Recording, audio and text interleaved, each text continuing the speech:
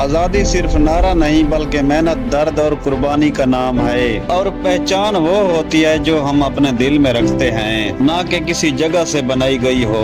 Hello everyone, ये कहानी है उस नौजवान की जो 1947 की तकसीम में पंजाब के एक छोटे से गांव में रहता था। जी हाँ दोस्तों, 1947 की तकसीम के दिनों में पंजाब के छोटे से गांव में रहीम नाम का एक नौजवान रहता था और उस गांव के आसपास खेतों की हरियाली थी। वहाँ के रहने वाले लोग सीधे साधे और बहुत ही मेहनत करने वाले थे।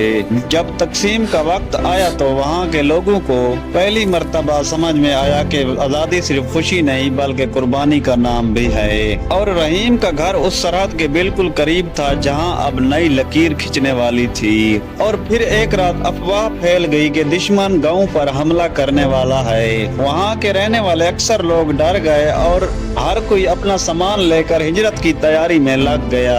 और रहीम बैठा घर में सोच रहा है, अचानक से उसकी माँ उसके पास आती है। रहीम की माँ ने उससे कहा, बेटा हम ये मिट्टी छोड़कर दूसरी जगह जा रहे हैं, लेकिन याद रखना बेटा, ये मिट्टी सिर्फ मिट्टी नहीं, ये हमारी पहचान भी है। रहीम चुपचाप बैठा अपनी माँ की बातें सुन रहा है, लेकिन उसके दिल में एक बोझ था। और अगले ही दिन हिजरत का एक काफिला निकल गया। रास्ते बहुत मुश्किल थे, लेकिन लोगों के दिलों में उम्मीद का चिराग अभी भी जल रहा था। दोस्तों आप इमेजिन करें, सदियों पुरानी जमीन से बिखरना आसान नहीं होता, लेकिन नई जिंदगी की आस उससे भी ज्यादा ताकतवर थी। और कई दिनों के बाद जब वो लोग पाकिस्तान की सरजमीन पर पहुंचे तो रहीम ने जमीन की मिट्टी उठाई, उसे अपने हाथ में लेकर महसूस किया और अपनी माँ से कहने लगा, अम्मी ये मिट्टी भी वैसे ही महकती है, शायद मिट्टी नहीं बदली, दरअसल हम कोई नई पहचान अपने साथ लाए हैं। और यूं वक्त गुजरने के बाद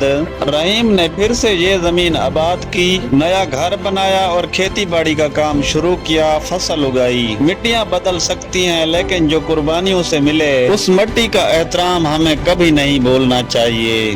तो दोस्तों आज के लिए इतना ही। मजीद ऐसी वीडियोस के लिए हमारे चैनल को सब्सक्राइब कीजिए और साथ ही बेल आइकन को प्रेस कर लीजिए।